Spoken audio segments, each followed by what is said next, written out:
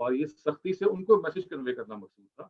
یہ تو صرف ایسے ہے کہ جیسے ایک ابتدائی طور پہ کہا گیا کہ تیوری چڑھائی اور منہ پھیر لیا, انجا الاعمى وما يدريك لعله يزكى, لیکن اس کے بعد جو گریز کرے کہا گیا کہ فی صحف مکرمۃ مرفوعۃ مطہرہ بأیدی سفرہ, وہ پوری کی پوری بات ہے جس کو انہوں نے ایکسپلین کیا کس طریقے سے انڈائریکٹلی ان لوگوں کو مہلت دینے کے لیے مزید سوچ لیں یہ اسلوب اپنایا. وہ جو آپ بات کہہ رہے ہیں وہ بھی یعنی وہ یہ نہیں کہ پروفٹ کے اندر وہ بات آ نہیں سکتی, یعنی جھنجھلاہٹ پیدا نہیں ہو سکتی, ظاہر ہو سکتی ہے. اصل سوال یہ کہ وہاں ہوئی ہے نہیں ہوئی.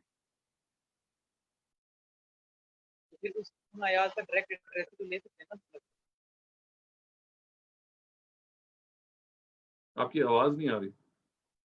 میرا کہنا ہے مطلب پھر ان آیات کا جو ڈائریکٹ ایڈریس تھی, جو فرسٹ ایڈریس تھی, وہ اللہ کے نبی کو لے سکتے ہیں کہ اللہ انہی کو کہہ رہے ہیں کہ تم ایسا نہیں سوچنا چاہیے. اصل میں ان کو مخاطب کر ہی نہیں رہے, وہاں مخاطب اہل قریش ہیں, ان کو مخاطب, وہ سیریسلی مخاطب نہیں ہے. اور آپ کو اس میں اگر تھوڑا بہت ڈاؤٹ ہے تو میں آپ کو ریکمینڈ کروں گا کہ آپ استاد فرائی کی اس حصے کا مطالعہ کریں, اس میں انہوں نے یہ ایکسپلین کرنے کی کوشش کی ہے کہ کیسے بظاہر لگتا ہے کہ پراپرٹی مخاطب ہے, بظاہر ایسے ہی لگتا ہے, یہ اکثر مفسرین نے یہ سمجھا, لیکن اگر آپ فرائی میں جا کے دیکھیں گے تو انہوں نے ایکسپلین کیا کہ دیکھیے آیتیں اس بات کو قبول نہیں کر رہی. چلے میں دیکھ کے پھر بات کروں. بہت شکریہ. یہ اگلا سوال ہے رافیہ خواجہ کا. رافیہ پلیز سوال کیجیے. Dr. Shadad, can you hear me? Yes, I can. Doctor صاحب آپ بتا رہے تھے کہ یہ جو ٹرانسلیشن ہے جیسے اللہ کا بندہ کہتے ہیں, تو آپ کا یہ مطلب ہے کہ son of God it was a wrong translation, it's not the correct wording, because اللہ کا بندہ تو پھر doesn't mean son of God. جی ایسا ہی ہے, جی ایسا ہی ہے, ایسا ہی ہے کہ جہاں پہ سن آف گاڈ یعنی زبان میں جو یہ لفظ مشترک ہے, یعنی یہ نہیں کہہ رہا کہ یہ مطلب یہ نہیں ہے, ایک لفظ کے دو مطلب ہیں. اس اب یعنی ابن کا جو ورڈ ہے یعنی جس کو بیٹا ٹرانسلیٹ کرتے ہیں, اس کا مطلب عبد بھی ہے اور بیٹا بھی ہے. اور ابن کا جو لفظ ہے جو فادر کے لیے آتا ہے, اس سے مراد خدا بھی ہے اور باپ بھی ہے. لفظ ایک ہے, مطلب دو ہیں, یعنی یہ نہیں کہ دوسرا مطلب نہیں ہے, ایک ہی لفظ کے دو مطلب ہیں. آپ نے وہ والا مطلب ٹرانسلیٹ کر دیا جو وہاں مراد نہیں ہے.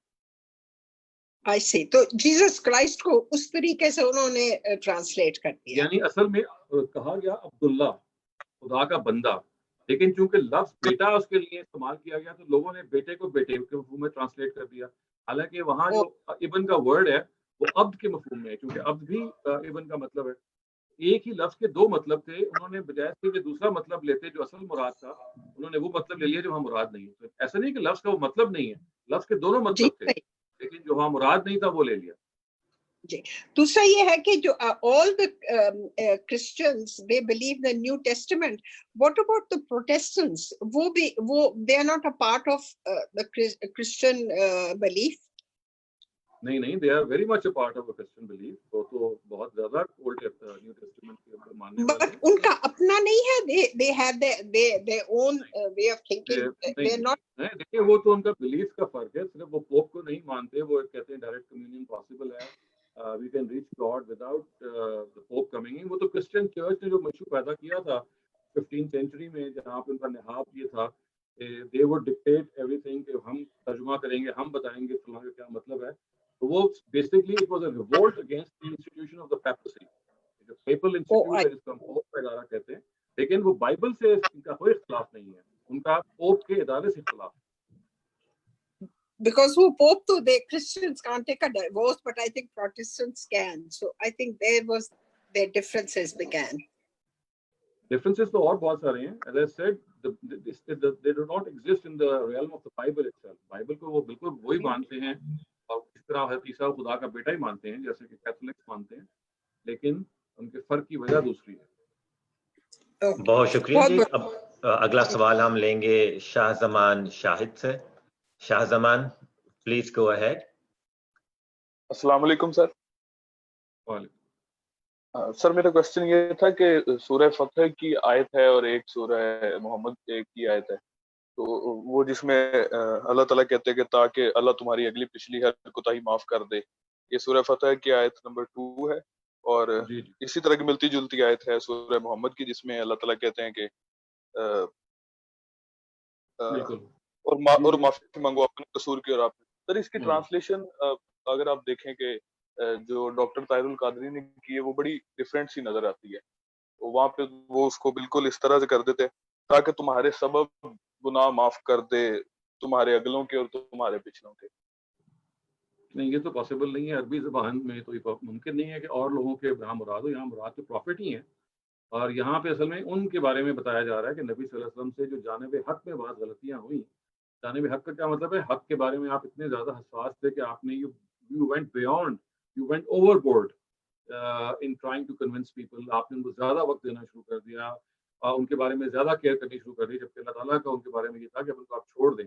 تو اس طرح کی بعض چیزوں کے بارے میں ان کو متنبع کیا گیا. اور اس پہ اگر آپ سورہ فتح میں استاد اصلاحی صاحب کی کتاب جو تدبر قرآن ہے ان کا نوٹ پڑھ لیں تو انہوں نے ایگزامپلس دی ہوئی ہیں, بتایا ہوا ہے کیسے اصل میں یہاں پہ مراد وہ گناہ نہیں جو انسان سے بشری حیثیت میں سرزد ہوتے ہیں جیسے ہم لوگوں سے ہو جاتے ہیں, بلکہ یہاں وہ چوک مراد ہے. کیونکہ عربی زبان میں ذم کا جو ورڈ ہے نا, جو ہم گناہ ٹرانسلیٹ کرتے ہیں, یہ چوک کے لیے بھی آ جاتا ہے, ایک بلیمش کے لیے بھی آ جاتا ہے. اور یہاں یہ وہ بلیمشز ہیں کہ جہاں پروفٹ وینٹ اوور بورڈ, یعنی آپ دوسری ایکسٹریم پہ چلے گئے. ایک تو ہے نا پیچھے رہ گئے, ایک یہ کہ آپ اپنی ذمہ داری سے زیادہ انہوں نے ادا کرنا شروع کر دیا. He started to fret about fulfilling his responsibility. تو وہاں سے کہا گیا کہ بھئی یہ لوگ لاخیر ہیں, آپ کو ان کے پاس اتنا زیادہ نہیں کرنا چاہیے, اب ان کو چھوڑ دیں, ان کا معاملہ میں طے کروں گا. تو اس کی مثالیں پھر استاد زمین اسلائی نے اپنی سورہ فتح کی آیت کے تحت دی ہیں, آپ اس کو پڑھ سکتے ہیں. یہاں وہ گناہ مراد نہیں ہے جیسے ہم گناہ کرتے ہیں. اور یہ یقیناً بالکل بات ہے کہ یہاں پہ ذنب کا جو نسبت ہے وہ نبی صلی اللہ علیہ وسلم کے ساتھ ہے. ڈاکٹر صاحب کی اس بات سے میں تو اتفاق نہیں کر سکتا کہ یہاں مراد لوگوں دوسرے لوگوں کے گناہ ہیں. یہاں تو ایکسپریسلی مخاطب کر کے پروفیٹی کی طرف اشارہ کیا. Thank you sir. بہت شکریہ. لگتا ہے آج تھوڑی سی ہماری ٹرانسمیشن میں آواز کا تھوڑا خلل ہے, لیکن انشاءاللہ وہ بھی ٹھیک ہوتا رہے گا وقت کے ساتھ ساتھ. اگلا سوال ہے اطہر صاحب, آپ پلیز سوال کیجیے.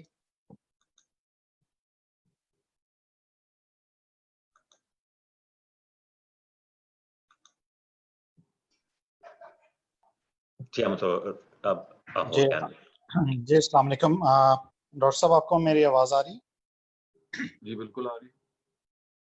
جی ڈاکٹر صاحب, آج کے لیکچر کے بارے میں بہت ساری چیزیں کلیئر ہوئی, تھینک یو سو مچ. اور میں ایکچولی اسی تھاٹ یہ جو آپ نے ایک بتائی ہے کہ آپ ایڈریس کسی اور سے کر رہے ہوتے ہیں, سامنے والے سے آپ مخاطب ہوتے ہیں, لیکن آپ کا جو میسج ہوتا ہے وہ انڈائریکٹ میسج ہوتا ہے ٹو ادرس. تو اسی طرح قرآن کو سمجھتے ہوئے کچھ لوگ جو جس طرح سورہ نور میں یا قرآن میں جو پردے کے احکامات ہیں اس کو نبی کی بیویوں سے لے کے اور اپنے اوپر امپوز کرتے ہیں, یا فار ایگزامپل کہتے ہیں کہ یہ انڈائریکٹ میسج ہے. تو کس جگہ پہ غلطی کرتے ہیں, شاید یہ آپ ایکسپلین کریں گے تو ہمیں تھوڑا سا مزید کلیئرٹی ملے گی سمجھنے میں قرآن کی آیات کو کہ کس طریقے سے کرنا ہے. کیونکہ جس طرح آپ نے بتایا کہ یہ سٹائل یہی ہے قرآن کا, تو کیا وہ لوگ ٹھیک نہیں ہیں جو کہ کہتے ہیں کہ یہ ڈائریکٹلی, کیونکہ اگر نبی کو کہا گیا تو اس کا مطلب ہے کہ ہم بھی اس کو کر سکتے ہیں. Thank you. وہ ایک بالکل اور چیز ہے. یہاں تو اصل میں یہ ہے کہ پروفٹ کو براہ راست مخاطب کر لیا گیا ہے, لیکن رخ پھیر کے کہا گیا کہ کسی اور کو میسج دیا جا رہا ہے. وہ جو آپ مثال دے رہے ہیں سورہ احزاب میں, وہاں پہ نبی صلی اللہ علیہ وسلم کی ازواج مطہرات ہی مراد ہیں, انہی کو کہا گیا ہے. اور وہاں پہ کوئی اور انڈائریکٹ میسج کنوے کرنے کا مقصد ہی نہیں ہے. کیوں؟ اس لیے کہ وہاں بات یہاں سے شروع کی ہے کہ یا نساء النبی لستن کاحد من النساء, اے نبی کی بیویوں تمہارا معاملہ باقی خواتین سے مختلف ہے, تم ان میں سے نہیں ہو, تمہارے لیے کچھ خاص احکام ہم دے رہے ہیں. تو وہاں تو قرآن نے خود ہی واضح کر دیا ہے. وہاں پہ یہ کہنا کہ بھئی ان کو مخاطب کیا گیا اور انڈائریکٹلی دوسری خواتین کو مخاطب کیا گیا, اس کی گنجائش نکلتی نہیں ہے. کیونکہ ایز اے سیٹ کہ اگر آپ سورہ احزاب کا مطالعہ کریں گے ان آیات کا, تو وہ شروع یہاں سے ہوتی ہے کہ لستن کاحد من النساء, اے نبی کی بیویوں آپ عام خواتین کی طرح نہیں ہو, آپ کا معاملہ مختلف ہے. آپ چونکہ پیغمبر کے گھرانے کی ہو, اس وجہ سے آپ پہ ایکسٹرا کچھ پابندیاں ہم لگا رہے ہیں, کیونکہ منافقین جو ہیں یہ آپ کے گھروں کو سٹینڈلائز کرنا چاہ رہے ہیں, یا آپ کے اندر گھروں کے بارے میں سٹینڈ مشہور کرنا چاہ رہے ہیں. لہٰذا اس سے نمٹنے کے لیے ہم آپ کو یہ کہہ رہے ہیں. تو وہاں تو قرآن نے براہ راست واضح کر دیا ہے. تو یہ دونوں باتیں الگ الگ ہیں. جی ٹھیک ہے جی, تھینک یو. بہت شکریہ. اگلا سوال ہے Iram Ambreen, please go ahead. Thank you Yasin صاحب.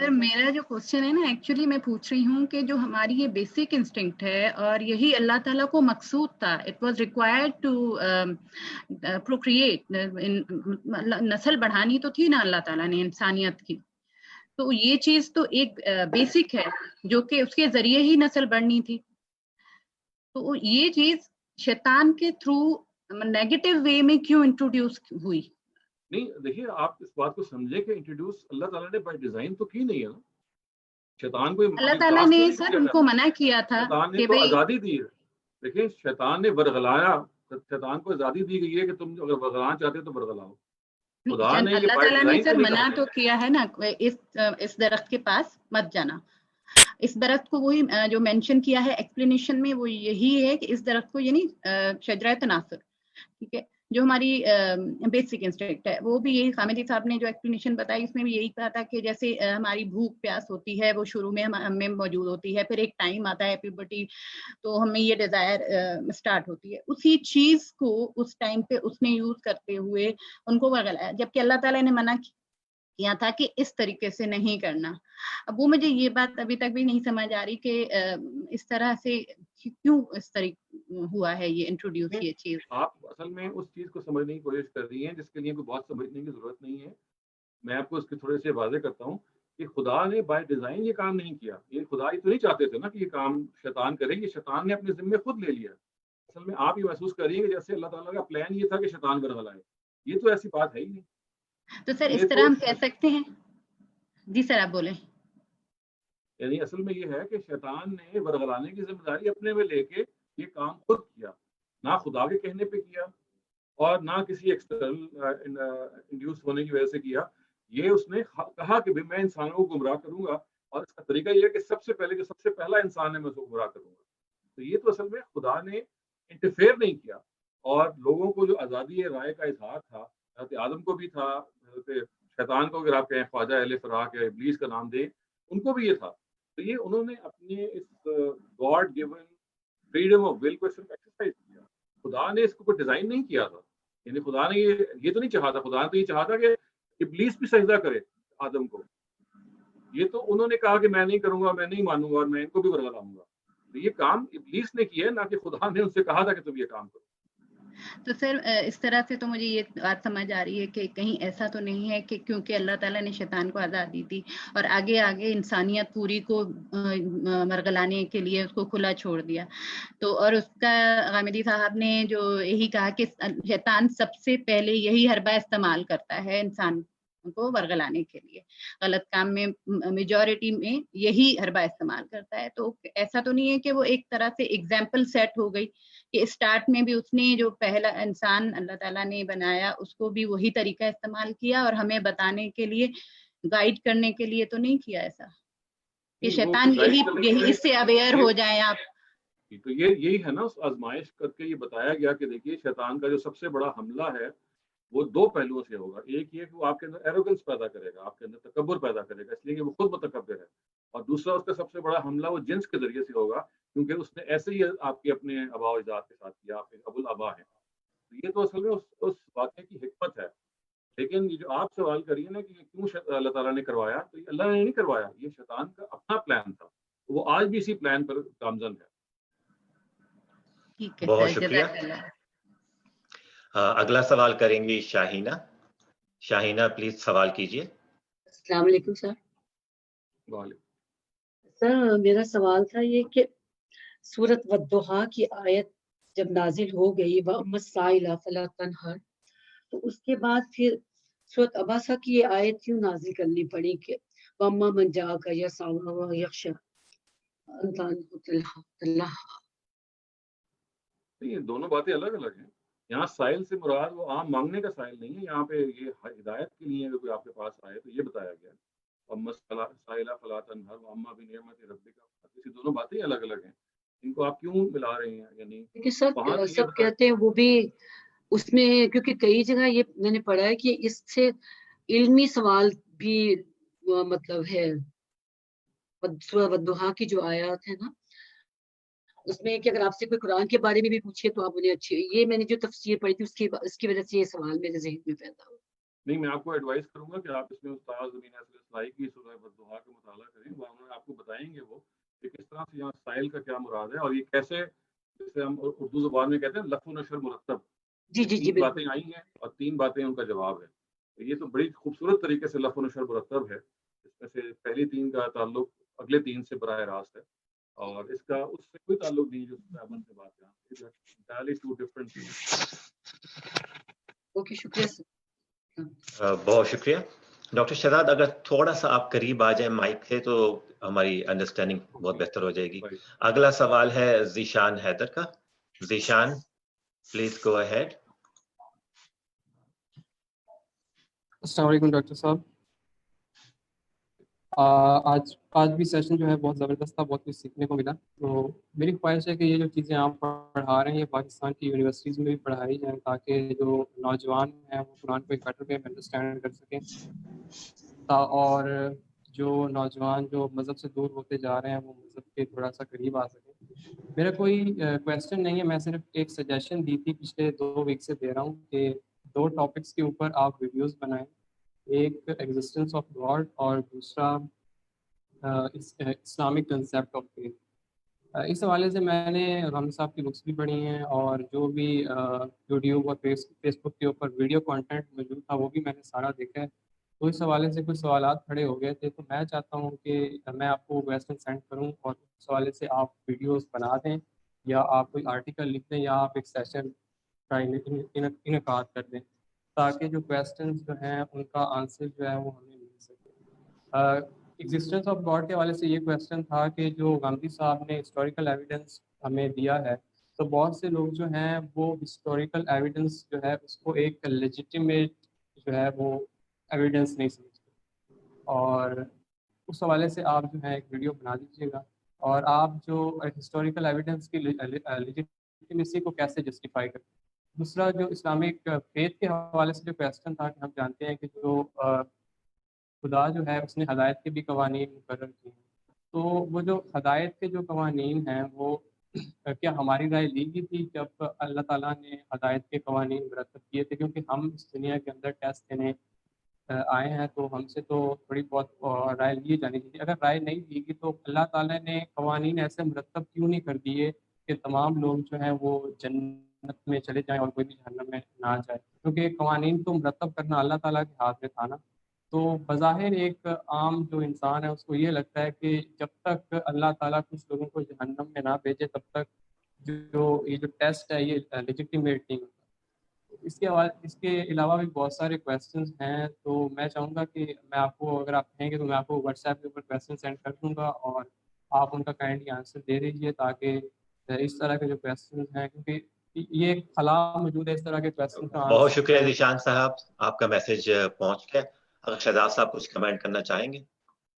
جی میں یہ نہیں کہہ سکتا میں تو ویڈیو بنا سکتا ہوں، بہت سارے فیکٹرز ہوتے ہیں، لیکن آپ یہ کر سکتے ہیں کہ آپ کے ذہن میں سوال پیدا ہیں وہ ایک ایک کر کے آپ جو ہماری 2-3 مجلسیں ہوتی ہیں ان میں سے کسی میں آپ زیر بحث نہیں آئیں تو کم سے کم وہ سوال تو ہم کوشش کریں گے ان کے جواب دینے کی. ویڈیو بنانا تو ایک پورا کام ہوتا ہے، ایک الگ سے انسان سوچتا ہے، اس کے لیے 10 چیزیں ہوتی ہیں، لیکن یہ تو ہو ہی سکتا ہے کہ آپ کے ذہن میں جو سوالات پیدا ہوتے ہیں خدا کی وجود کے بارے میں، یا جو ہمارے ایتھیسٹ لوگ ہیں اس طرح سے اس کو ٹیکل کرتے ہیں، جہاں آپ محسوس کرتے ہیں کسی تنقید اور وضاحت کی ضرورت ہے، وہ آپ ایک ایک کر کے وہ سوال یہاں پیش کر سکتے ہیں.